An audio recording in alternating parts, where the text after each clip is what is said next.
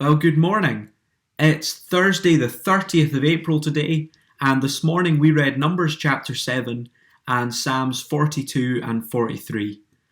And as we think about number 7 today, I want us to think about a question. How do we worship God? Well, some of you will be straight away thinking, how can we at the moment? We can't go to church on a Sunday.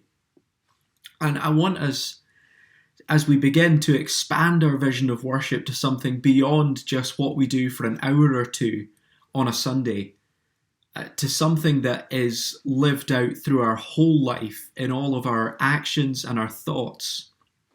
To see this in the Bible, go to Romans 12. Paul there talks about worship as something that we do every day.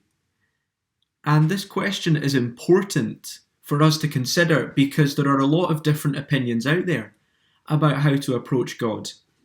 There are people who think, well, I'll just approach God in my way. I'll come up with the way that I think God should be approached and do that. I'll worship in whatever way seems fit to me. I think there is a problem with that. And as we read through the book of Numbers, we see that part of the problem is that God has been really clear through the Bible how it is that he wants to be worshipped. And so as we look at Numbers, we can learn a lot about how to worship God. Now, it is worth saying our situation is different to the people that received this book of Numbers. As Moses was writing to the people about to enter the promised land, he was writing to a people that hadn't yet seen the arrival of Jesus. And so our position on worship will be slightly different. When it talks about having a special and sacred place, whether that be a tent or a building, that won't be the same as us. We don't have sacred places in the way that the tabernacle or the temple was a sacred place to the people then. And yet this passage is still helpful for us today because it is the same God that we are worshipping that spoke to the Israelites, and there are pointers in this passage towards Jesus. And so this is very helpful for us to read. There's just two things that I want us to notice. As you read through number 7 this morning, I'm sure you were struck immediately by just how long it is and how much repetition it is. And as Moses lists each of the tribes and what they contributed to the tabernacle, we need to resist the urge to just skim over it and jump to the bit at the end. We should invest time in reading those through, just to get the flow of it and to see that everybody is taking part. We miss something from this if we don't see that every tribe has a responsibility for coming together. And that just reminds us that in worship, all contribution is valuable. As we approach Jesus in our praise, each of us comes as a worshipper. We are not an audience when we come to church. We are not players on the side in this. Each of us as Christians are expected to play a role in worshipping God. And this encourages us as well to celebrate the unity of the church. As I was thinking about this morning, I was struck how good it is going to be on that Sunday when we are able to meet together again, where we can see the reality of this, of people coming together and praising him, all contributing to their worship. There will be something much better about that than what we experience at the moment with everybody sitting in their own home.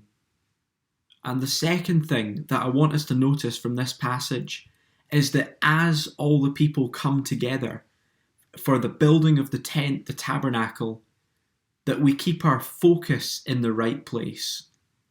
As I've said, this is a huge chapter that we read this morning, but there is a clear focus to it as we read through it and we get that repetition of the tribe after tribe.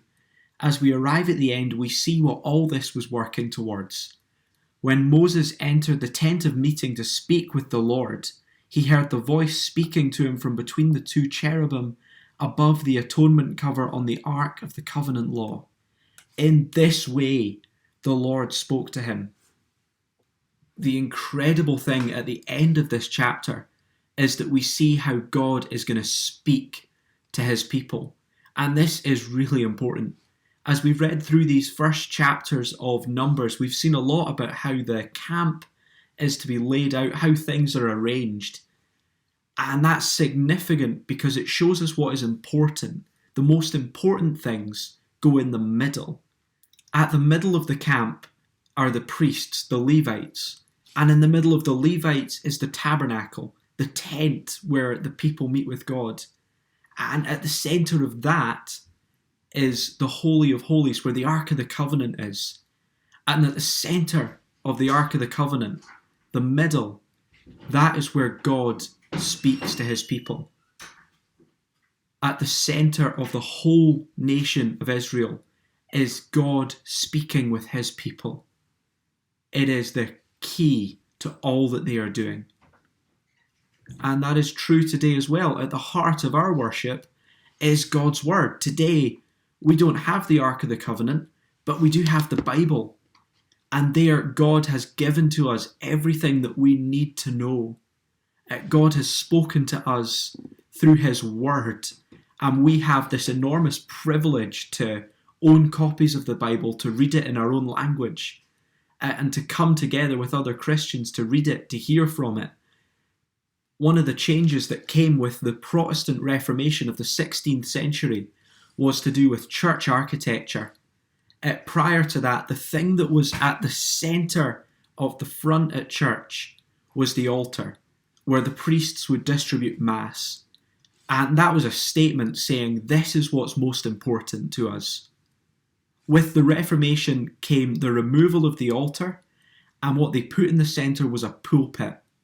They put a pulpit there where God's word would be read and preached to say, this is what's most important to us. This is at the centre of what we do as Christians. And that is why at the heart of our worship is the Bible. We began by asking, how do we worship God? Well, number 7 tells us we do that together, and we do that with a right focus on the Bible. That's why we encourage people as a church to read the Bible each day for themselves.